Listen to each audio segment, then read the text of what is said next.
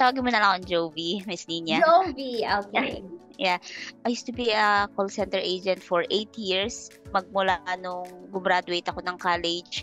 Tapos parang naging stagnant lang yung career ko. Parang hindi ko alam saan ako papunta. Parang wala, natakot ako mag-step up. Parang hindi ko alam ano bang gagawin ko. Natakot ako sa mga obligations. Kaya hindi ako nag-a-apply ng mga posts, mga other posts na for promotion, ganun. Kasi natatakot ako sa obligation. Parang feeling ko hindi ko kaya yung mga ganyan. So parang okay na ako sa gantong agent, petics lang. Tapos parang hindi ko nare-realize, tumatagal na ako ng 8 years. Sabi ko parang, saan na ako papunta? Tapos, yung dalawa kong friend na umalis na sa dati kong ka-work, inaya niya ako kasi nag-aral sila ng ibang language, bilingual. Tapos parang ilang taon din nila akong inano na parang ayoko, tamad na tamad pa ako mag-aral kasi napagod na ako mag-aral ng college eh. Ganon.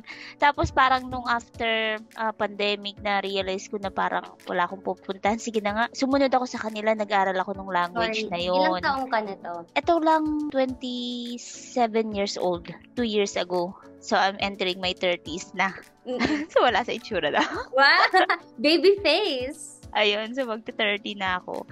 And then, nung time kasi na yun, maliit pa yung pangalawa ko eh. Currently pregnant ako ngayon sa pangatlo. Yung pangalawa ko nun, maliit pa nung nag-enroll ako sa language na yun, sa foreign language na yun. Pero, ang catch kasi, hindi ako nakapag-focus mag-aral masyado kasi wala pa akong yaya din nung time na yun. Tapos, nagkaklase ako, umiiyak yung baby ko. Tapos parang, tatawagin na ako na yung next. Tapos hinihili ko, teka lang. Para hindi ma-distract yung teacher ko, hindi ko pinapahalata na nag-ano ko. So parang steady pa rin yung mukha ko, ganyan. Ang nangyayari, hindi ako masyadong natuto. Hindi pumasok sa utak ko. Oo, nakaganyan ako, pero hindi talaga pumapasok sa isip ko. Ang naging struggle ko, nakagraduate nga ako. Tapos nung real work na, kailangan kasi apply na para hindi nyo makalimutan, ganon. Anong language pala yan? Spanish. Ayan. Wow! Spanish. Lo hablo español.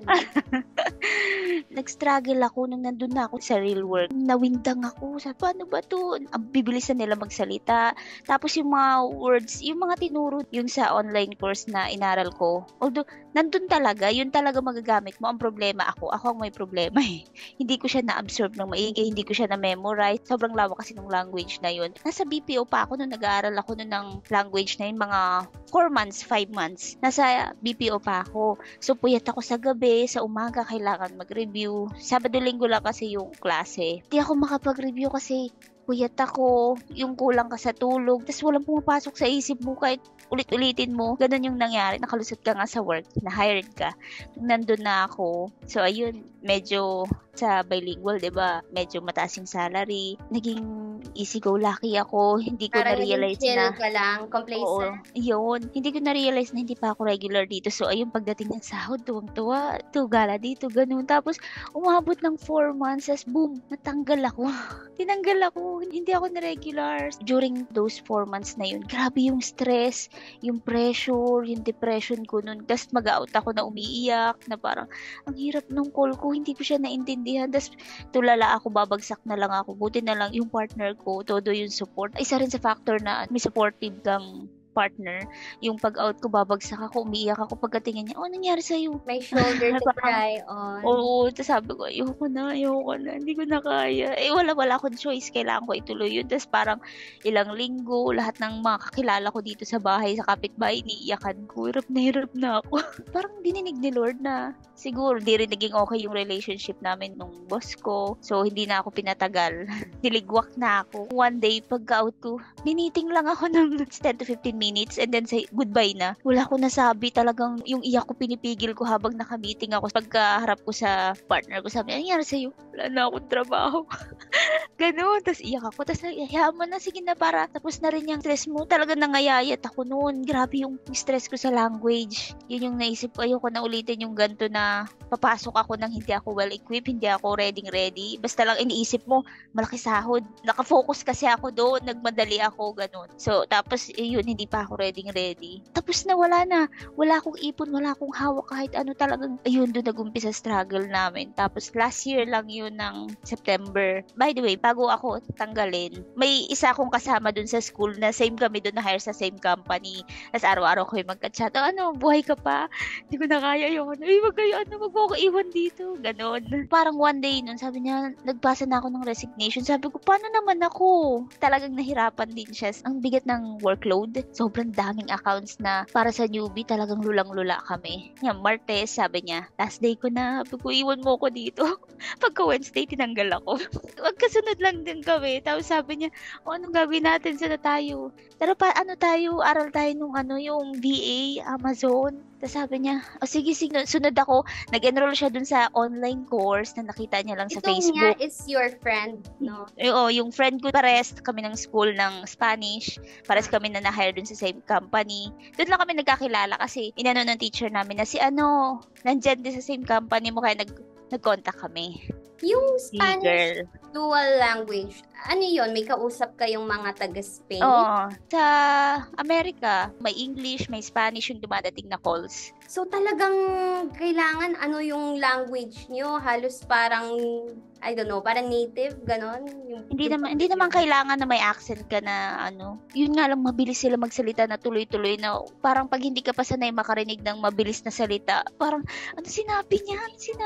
Ganon. Kaya ang taas ng pressure, yung tense ko pag dumadating na yung call na biglang may whisper kasi Spanish. People from Spain ang kausap. Kaya America, sa US lang, marami kasing Spanish speaking sa America, kahit sa US lang. Hindi sa Spain. US at mga people sa US lang. Spanish na nasa US. Grabe, hirap pala ng work nyo with the amount of time na magsa-study kayo ng specific na language, tapos isasabak na kayo sa mga ganong nationalities na makipag-usap.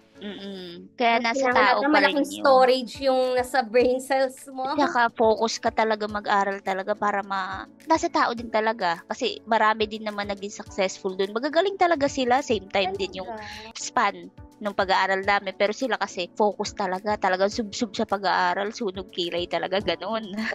Ayun. Sabi ko, ayokong matambay. Kasi parang bawat time sa akin, mahalaga. So, parang pagka second day agad nung pagka-tenga ko, wala akong work. Sabi ko, ano gagawin ko? Kailangan ko mag-aral, kailangan ko mag-upskill. Tapos, yung buti na lang sabi ng asawa ko, sige, ikaw gusto mag-aral. Ako muna sasalo sa lahat. So, yung mga utang nga, nangyari, natambak. Yung credit cards niya, hindi niya mabayaran. Kasi nga sinalo niya lahat ng bills. Yung nasa akin dati, talagang pikit mata kaming, sige, hindi ako magsasayang ng time, nag-enroll kami. So, tara dito tayo, aral kami. Tapos parang 1 month, hindi kami na-satisfied. Kasi sabi ko, tapos na yung 1 month, yun na yun. Parang sabi ko, ayoko maulit yung nangyari sa akin sa Spanish. Na parang, satisfied saan? Hindi satisfied? Sa learning, parang nakulangan ako sa 1 month na yun. Learning ng? Sa in-enrollan naming course na Amazon online. So, hindi ko na lang babanggitin. Nag-enroll pa pala kayo sa iba? Oo, sa iba. Yung 1 month na, yung murang course lang. Murang course, okay. Oo, yun. Tapos, so parang feeling ko kulang. Ayoko na maulit yung ganun na parang hindi ko feel na talagang natuto ako ng maigi, na parang feeling ko kulang eh. Ayoko na maulit yung nangyari sa akin sa before ko na sasabak ako ng parang kulang na kulang. Gusto ko kasi yung talagang kumpleto. Gusto ko yung ready ako. Ganung klase ako siguro na hindi ako basta-basta na parang feeling ko hindi ako satisfied. Tapos ang ginawa ko, sinearch ko sa Facebook, Amazon. Tapos hanap pa ako. Tapos punta ako kung saan links. Napunta ako dito kung kani-kaninong mga courses, ganun hanggang sa napanood ko. Itong Amazonation pa siya noong time na yon, yung mga videos. Tapos sabi ko, parang maganda yung tinignan ko yung website, napunta ako sa website. Tapos nakita ko yung presyo. Yung presyo agad nung nakita ko, sabi ko, yung presyo mahal pero feeling ko dapat ganito, hindi yung sa una. Ito parang sure ka dito. Tapos ang ginawa ko, punta ako sa TikTok, sinearch ko yung pangalan Amazonation. Tapos yun, ang dami ko nakitang mga videos ng mga dating VAs, mga graduate ng Amazonation dun sa TikTok. Magaganda yung reviews nila. Na-inspired ako sa mga a day in the life of a VA. Ganun, sabi ko, parang nabuo yung idea sa isip. Wala, gusto ko rin ng ganyan. Walang pag-aalin alinlangan. Life of a VA. Yung ba yung in-upload ko? Oo, meron din sa'yo, meron din sa iba na ang sarap ng buhay nila. Parang ang easy, hindi ka na nakatali sa headset buong gabi. Alam mo yung pag call center agent, yung buong gabi ka nakatali. Parang kahit nasa work from home, pag umiyak yung anak mo, hindi mo mapunta kasi nakatali ka, may call ka, ganun. Tapos na-imagine ko yung sarili ko, parang sarap naman ng ganyan. Hindi na ako magko-call, finally, ganun. Kasi diba halos 9 years na rin ako nakatali sa headset buong gabi. Sabi ko, di ba wala akong ipon? Sabi ko, gusto ko tong elite class, yung pinakamahal. Ayun na agad. Sabi ko, alin yung pinakamahal, yun yung gusto ko. Kasi gusto ko complete learning, ganun. Gusto ko yung matututo talaga ako. Kaya, ayun, chinat ko yung friend ko na nagpapa 5-6. Inutang ko yung kalahati. Indian ba yan? Hindi. Dati kong ka-work din sa BPO na umalis na din, nag-work from home. Sabi ko, kailangan ko ng ganito. Mabayaran ko naman agad din kasi may makukuha ko back pay, ganun. May interest. May interest. Nabalik ko naman agad kasi nga nakuha ko agad yung back pay ko dito sa last na work.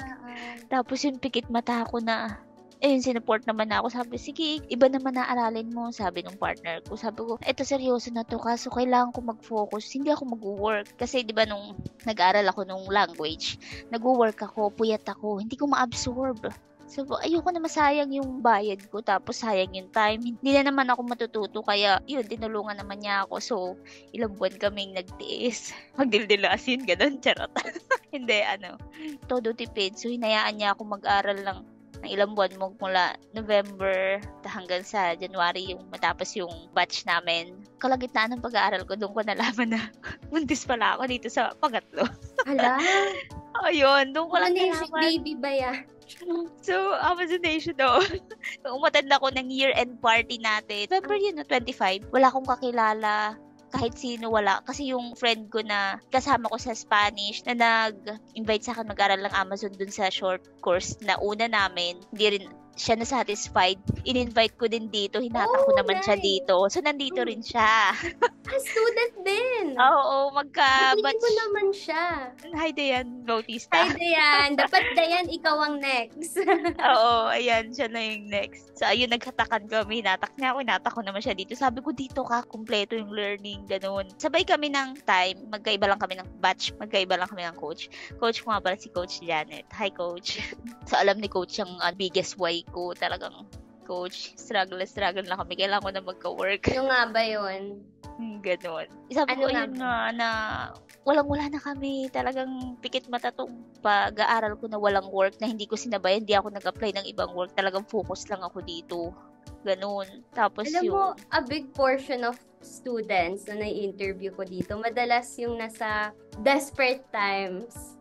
Yung last money, natanggal sila sa trabaho, kailangan na nila ng work, ito na lang yung last nila, yung pag-enroll. Sila yung nagkakaroon talaga ng success stories. Tingin mo, bakit kaya? Siguro dahil nga dun sa pinagdadaanan, kaya parang kahit wala ka ng choice na pumetics, talagang kailangan mo, tsaka yung pinanggalingan ng pinang-enroll mo, inutang mo, kaya hindi pwedeng masayang, kaya grabe yung push.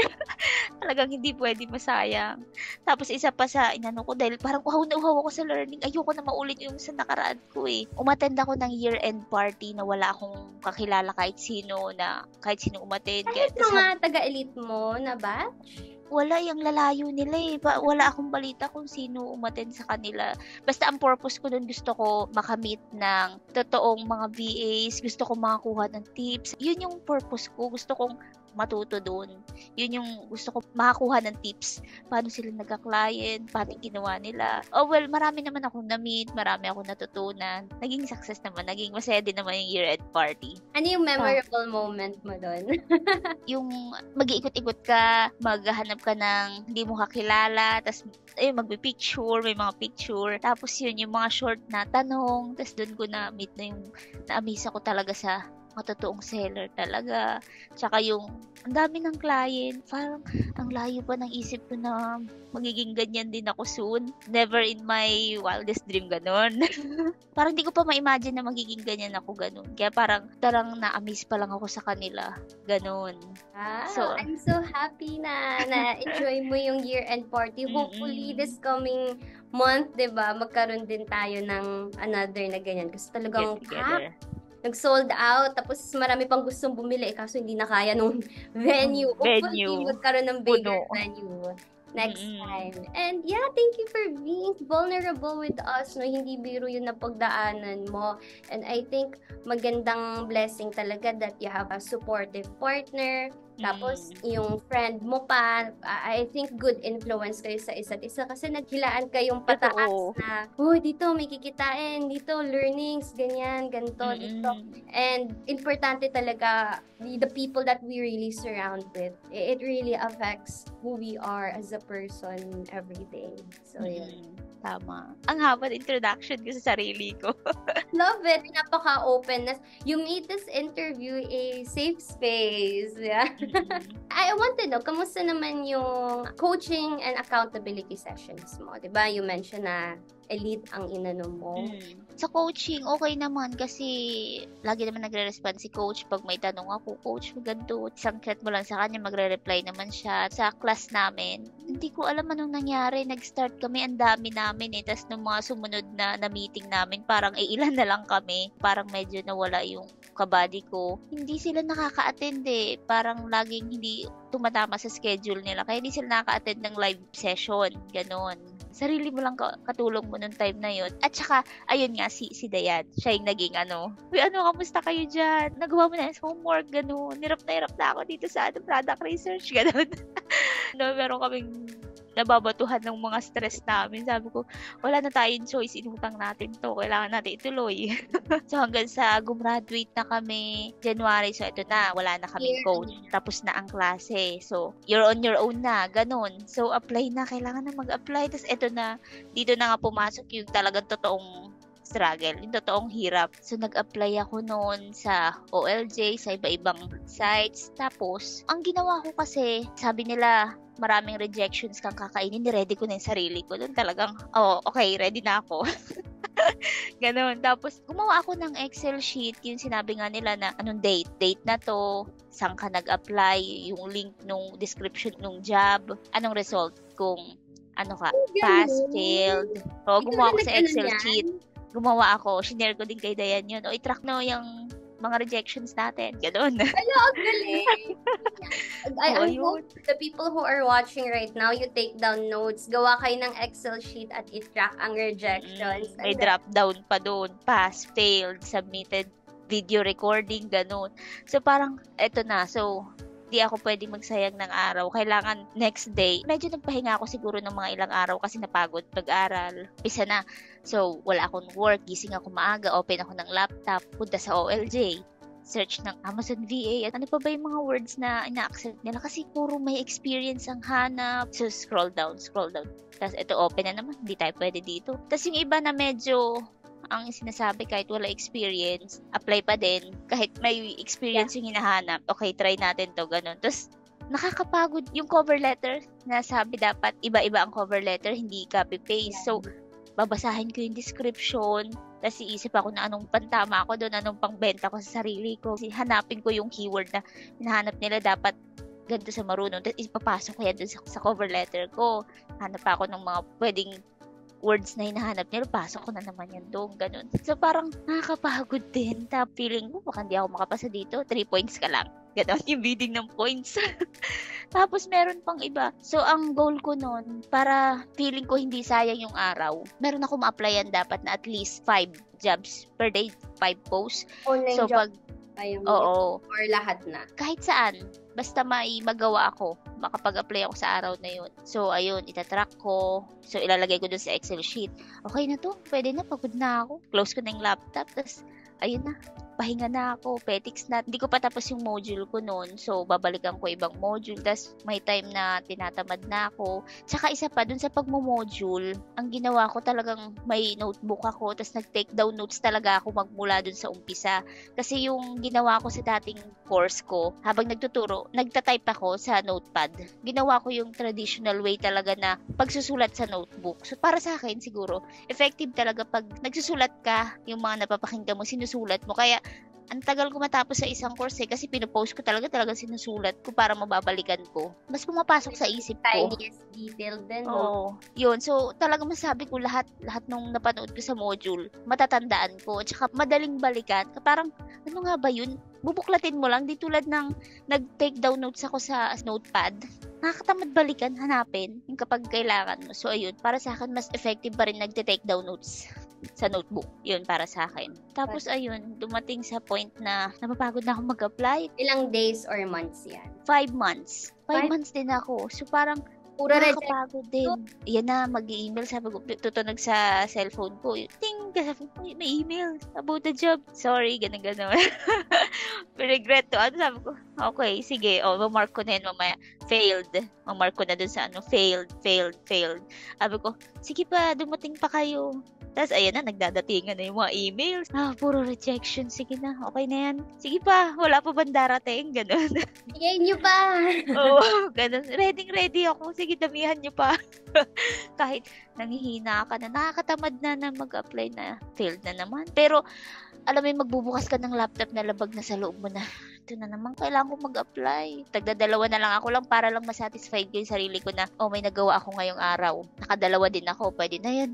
Tapos close na, bala ka na dyan. Nakakapagod din. Talagang titiisin mo kasi mag-aayos ka. May mga post na kailangan mag-video ka. Another video na naman. Tapos suot ng coat, harap sa camera. Okay, pwede na yan, pasa na. Tapos hanggang sa naging ganun yung routine ko. Pagkadating ng April, may pumansin naman sa akin na isang client taga UK. I-interview niya kami, 10 ang in-interview niya ang Pilipino. Tapos nung ako na, nagulat siya, sabi niya, ay, wala kang experience, nakalusot pala ako. Kasi ang in-interview niya lang, may experience. Nakalusot ako kay Incheck. Si Incheck, mabait si Incheck. Si Incheck sa UK, ganun. Sabi niya, okay, sige. Nung sabi niya, wait for my email, tatapusin ko lang kayong lahat. Tapos nung kinabukasan, tumawag siya ulit. Sabi niya, 5 kaming napili niya para mag-paid trial test. Binigay niya yung category, ganun gagawin. So after 1 week, magpe-present kami sa kanya. After 1 week, kinontak ko siya, ganun. Nung ako na ready na ako mag-present, na-amaze naman siya sa presentation ko, sa analytical skills, ganun. Talagang binuhos ko yung time ko mag-research noon, yung pina-research niyang mag-research ng product na to, tapos show me your creativity, ganun. Talagang sinubsob ko yung 1 week ko na pag-iisip noon. Talagang nilatagan ko ng mga bond paper, ganyan. Tapos tinulungan din ako ng partner ko to support din. Nigyan niya rin ng idea para makabuo kami ng ganung kagandang idea nga para sa kanya. So after 1 week nag-present ako, sabi niya, okay, give me 1 day para maano ko yung result. So after 1 day, tinawagan niya ako. Sabi niya, na-amaze ako sa gawa mo. Kaso dalawa kayo magaling. Dalawa kayo kaso yung isa may experience. So sabi ko, okay. Tapos sabi niya, give me another 1 week. Sabi niya, kakausapin niya yung team niya, yung asawa niya, kung pwede bang gumawa sila ng bagong post or position para sa akin. Kasi parang ayaw niya ako pakawalan. Magaling yung isa, pero ayaw niya akong pakawalan. Kaya hintay ako ng 1 week. Hindi ako nag-apply kasi siya na inasahan ko magiging first heartbreak ko pala siya. Ayun. So, after 1 week, sabi niya, I'm sorry, pero hindi pa kami magbubukas ng post para sa'yo. Pero, ang ginawa niya, dapat ang bayad doon is $120. Ginawa na lang niyang 240 kasi, sabi niya, I'll just pay you 240 kasi natuwa ako sa gawa mo. Hello! Galing! So, parang, naghihina ako, nagpahinga ako ng 1 week, kaya talagang na broken heart ako. Sabi ko, 10,000 din yun, dahil. Halos 13,000. Ayun, 13,000. So, nagamit ko yan. Tinipid ko yan. Unang hawak ko ng dollar. Ganun. Tapos, ayun, sabi ko, wala. Kailangan ko na siyang kalimutan. Kailangan ko mag-move on. Nanghina ako. Nagpahinga na naman ako ng 1 week.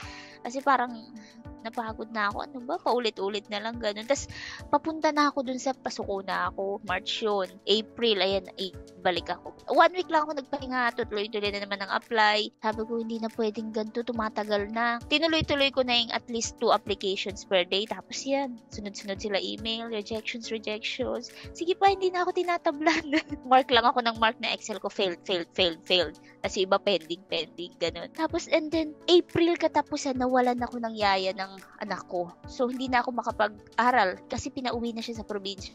Hindi na ako makapag-open ng laptop sa umaga, manood ng modules, mag-apply. Kasi, yung dalawa kong anak, ako na, kasi pumapasok yung asawa ko eh. Nasabi ko, ano nang gagawin ko? Wala na akong choice. Nung katapusan ng April, nag-give up na ako. Sabi ko, stop na ako mag-apply. Pagkapanganak ko na lang, pagkabalik na lang ulit ng mayaya. So, wala na, doon na nag-stop yung sipag ko. Tapos, 1 week na ako nag-stop o 2 weeks na, gano'n. Nag-focus na lang ako. Hindi ko na binubuksan yung laptop ko. Na-stress na ako sa'yo. Bahala ka dyan. Gano'n. Kasi currently, 7 months na yung tiyan ko noon nung nawala yung yaya. So, parang hirap na hirap ako. And then, ayun, biglang nagdatingan yung email na, I noticed your application. Please schedule an interview with me. Tapos sabi ko, parang 3 yung dumating noon. Isa muna yung schedule ko doon. Sabi ko, hala, may interview ako. Sabi ko sa partner ko, hala, paano yan? Hindi ko alam. Pero pupunta, ko to, sayang kasi gano'n. So, parang yung time na nag-stop ka na, yung mga tinanim mo, tumutubo na pala. Parang ganun. So, nagbubunga na parang naghihintay ka na lang. So, ganun yung nangyari. Ayun, interview ko, wala akong bantay sa yaya ko. Hapon kasi, tinawagan ko si mama, pabantay naman ako nito. Mag-interview lang ako. Tapos, lako yung pinto, hindi sila makapasok. Sa US, due yung client, ganun. Tinanong niya, anong experience mo, ganun. Alam mo yung, wala akong experience, pero ang pinanlaban ko, yung kay Incheck. Yun yung pinanlaban ko sa kanya. Yun lang yung armas na gamit ko. Sabi ko, wala akong experience, pero meron akong hands-on training sa private label, sa product research, sa supplier sourcing, ganun. Nilagay ko na sa resume ko yun, yung 1 week trial ko. Kasi pang dagdag na rin yun eh. Tapos sabi ko, I had an experience with UK client. Ganun. Yun na lang yung nilaban ko. Among the 10, nakapasok ako sa 5. Among the 5, nakapasok ako sa 2. Tapos pinaglaban ko rin yun na. Tapos sabi niya, nung 2 na lang kami, sabi niya, if you can give me 1 week para pag-isipan ko, pwede ba kung gagawa kami ng post para sa'yo. Yun yung nagamit ko na pang front ko. Since may experience yung isa, ako wala. After 1 week, pinili niya rin yung isa. So, yun lang yung experience ko. Nagamit yung trial ko nun kay Incheck. Napawaw siya. Wow, ganun. Pero kung wala naman yun, magandang experience talaga sabihin na meron talagang actual na training na nung ginawa namin during the course, 'di ba? Yun yung sinabi ko naman noon nung during sa interview ko doon kay Incheck naman. Sabi ko, meron talaga kami hands-on training sa pag-product research, supplier sourcing. Nakapag-negotiate ako sa mga Chinese. So, sabi niya, sige, I'll call you later, sabi nitong si client. Sabi niya, I'll call you later. Kung sakali, ano bang category ng business mo? Ganun, sabi niya, pet supplies. Sabi ko, pet supplies, sige. Tapos sabi niya, tatawagan kita mamaya. Hintayin ko lang yung partner ko. Tatanungin ko siya para interviewin ka namin. So, naghintay ako ng buong gabi. Nakaupo lang ako dito kasi tatawag siya sa WhatsApp. Tinawag ka niya or email? Sa call namin, sa Google Meet, yung interview nung hapon. Hapon yun. Tapos sabi niya, mamayang gabi tatawag daw siya. After 1 hour or 2. Tapos wala siyang sinabing specific. Naghintay ako buong gabi. Natutulog ako sa laptop ko ng magmula 7, 8 hanggang 2:00 ng madaling araw. Walang tumatawag. Nakakabit lang to kasi bigla lang siya tatawag sa WhatsApp eh. Hindi ako nakarinig sa kanya. Tapos ginawa ko na lang, pa-impress ako. Nag-advance research ako. Sabi ko, pet supplies, sabi niya. Sige, hanapan ko siya ng pet supplies. Ginamit ko yung helium-10, tapos nag-search ako sa pet supplies. Hinanap ko yung pinaka highest selling product sa pet supplies. Tapos, ayun, ginather ko. Tapos, maya-maya, nung mga madaling araw, chinat ko sa kanya. Sabi ko, I did a liberty to do an advanced research for you. Ganun. Pina-impress ko siya na nag-advanced research ako na bago mo ako interviewin, naka-ready na ako. Ganun. Pinakita ko sa kanya na kung sa pet supplies, ito yung pinakamataas. Tapos, ang dami kong nilagay na note doon. Mas parang siguro na-impress siya. Sabi niya, okay, please wait. I'll call my partner. Ganun.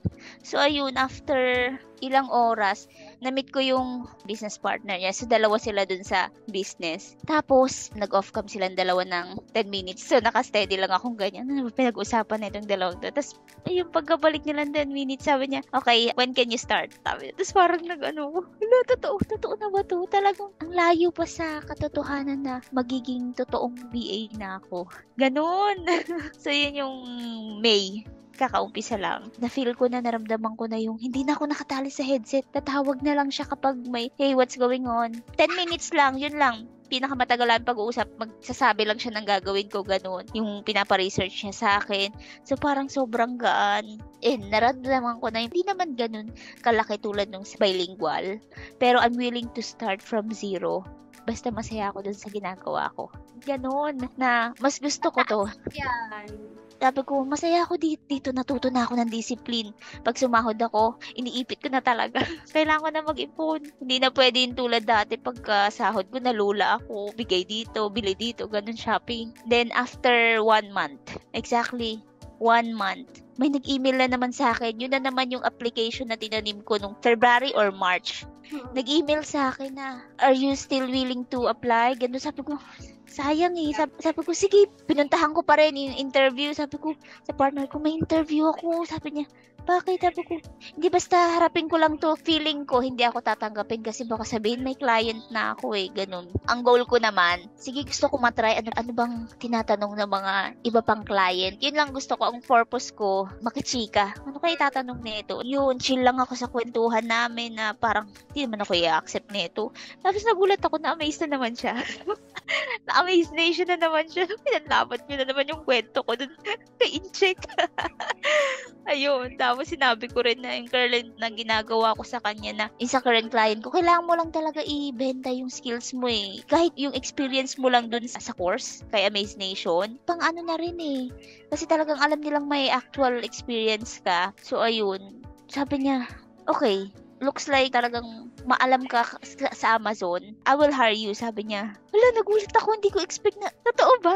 Yung sobrang layo pa na iniisip ko na, totoo bang mangyayari sa akin to? Yung mga naririnig ko lang sa mga success stories nila na may 2 clients na sila or more, yung may totoong clients na parang, sobrang layo nito sa inimagine ko dati. Na totoo, na magkakaroon na rin ako ng totoong client. Ganun. Ayun.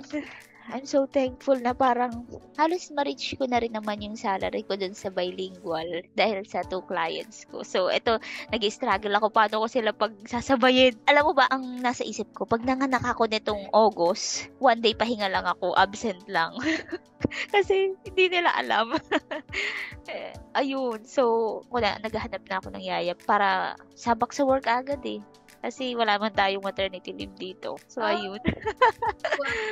Inspire naman yung story mo. Grabe, na-feel ko talaga yung haggard era mo na reject. After rejections at ilang yan days but months of, diba, sunod-sunod na rejections. I think pag eager ka and meron kang perseverance na magkaroon talaga ng client, malaki ang biggest why mo, magkakaroon at magkakaroon. And who knows, diba, yung mga dati mo palang in-applyan, di ka man rin-applyan agad, nagbunga naman in the future, binalikan pa. Nung time na desperate na ako, yung verse na pinanghawakan ko, sabi ko, when the time is right, the Lord will make it happen.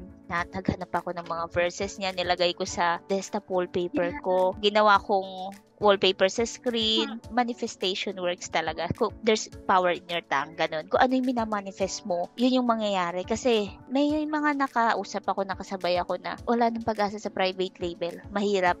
Kasi sobrang hirap makapasok sa private label. Kaya nag-focus na kami sa OA. May mga ganun. Nagsabi ko, para sa akin, hindi. Alam mo yung kahit imposible, sabi ko, hindi. Marami yan. Kasi parang sa sobrang daming taong nangangarap mag-open ng business, mga brands, may nakalaan para sa'yo. Maraming parating yan pag-graduate natin. Marami yan, mga nag-a-apply na. So, merong nakalaan para sa atin. Ganun ako mag-isip. Yeah. Talagang mataas. Malakas yung faith ko kahit imposible. Sabi ko, hindi, meron yan. May nakalaan para sa atin. Tapos iniisip ko, sabi ko, mga March yun, sabi ko, hindi na magtatagal. Ramdam ko, sabi ko, hindi na magtatagal. Magkakaroon na ako ng client. Hindi na to tatagal ng ilang buwan pa. Ganun ako mag-manifest. Yeah. Ganun. And I think your vibration is really, really high. Alam mo yun, yung hindi pa nangyayari, but yung certainty, yung energy na binibigay mo doon sa gusto mo, mabibigay talaga yon. That's how the law of attraction works talaga. Ganun yung siniset ko sa mindset ko. Kasi pag sinet ko na malabo na to, yun din yung parang susundin ng katawan mo, susundin ng isip mo. Kaya yung sabi ko, hindi magkakaroon na ako ng client, hindi na to magtatagal. Ganun. You declared na hindi na talaga magtatagal, malapit-lapit na magkaka-client. Kaya samahan mo ng dasal. Tama. Dasal talaga ang kailangan niya. As long as we have faith and that we surrender always to God's plan. And sa mga nangangarap maging Amazon VA, go to our description box below. Meron dun link for our free ebook para malaman mo paano maging Amazon VA just like me and Jovelyn. So, mabalik sa'yo, dear. Ang dami mong success and wins na nangyayari sa life mo. And thank you for your transparency sa rejections na napiface mo, clients na hindi natutuloy.